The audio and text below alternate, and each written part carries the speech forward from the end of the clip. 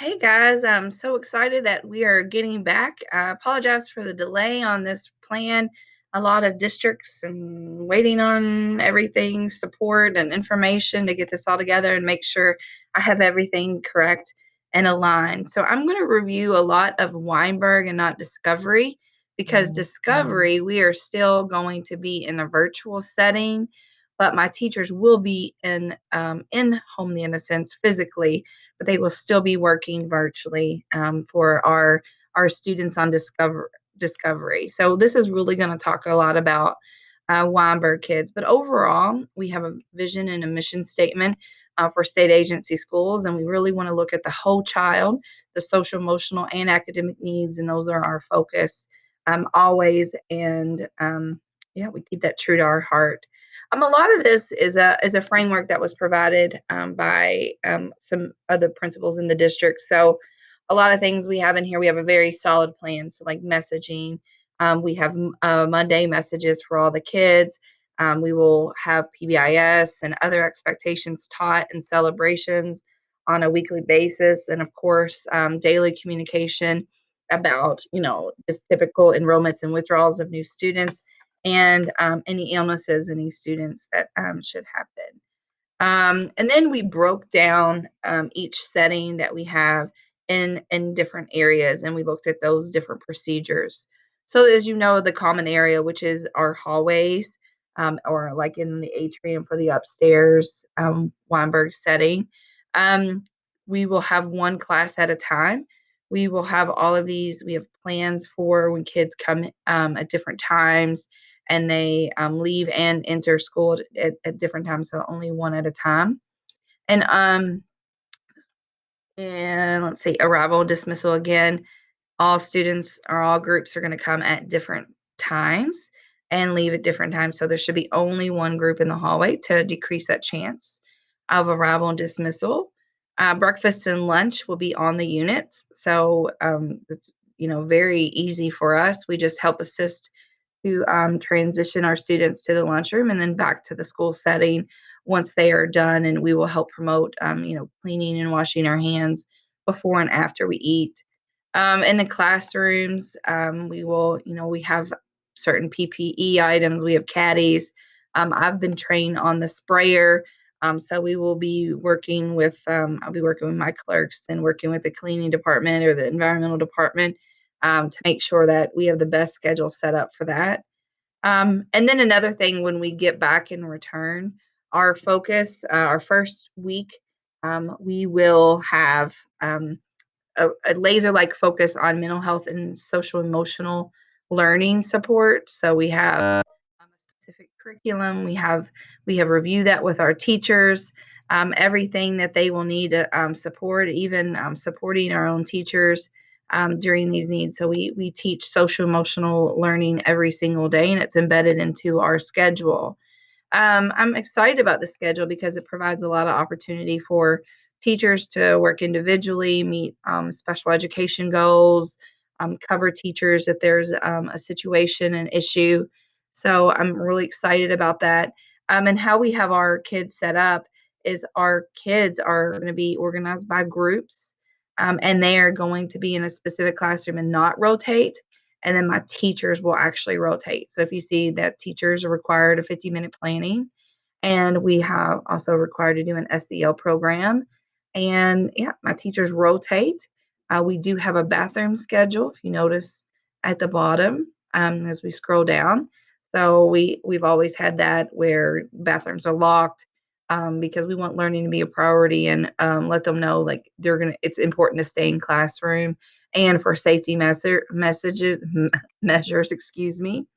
And then our elementary classrooms, so Gaines and Rotary, will be mixed. It's a little bit different, but again, very important to have that SEO program, building those relationships and supporting those kids during these special times. Which you notice this Wednesday. So all these schedules are Monday, Tuesday, Wednesday, and Thursday and Friday. But Wednesday is going to be a virtual model. It will still be the same exact time. The kids will still come to school and have their own Chromebook. It's going to be an opportunity for teachers, the class to look a little different that day, but it's a it's just one of those district policies that we had to follow. So we will be virtual. Our teachers will be virtual on Wednesday.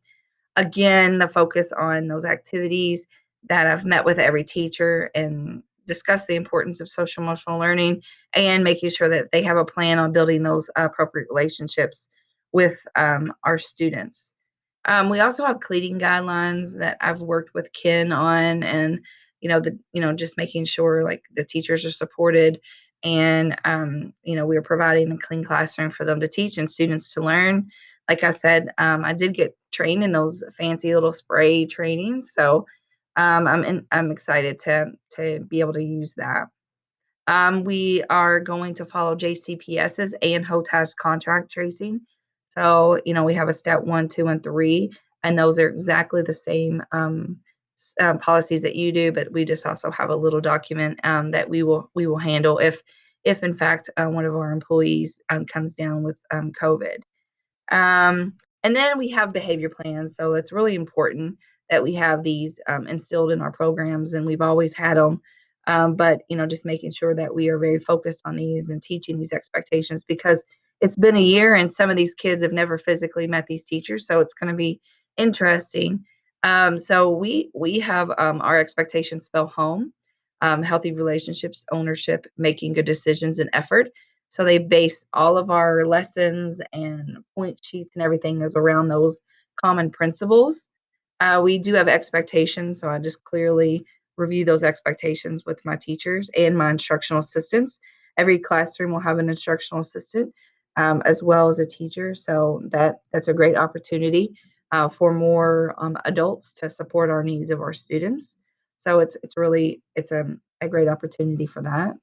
And the district has also helped with the behavior guidance for uh, for how do we document behavior, which we might have, but we definitely look at a progressive model, and we also look at a model of how can we get a kid and keep the kid in the classroom.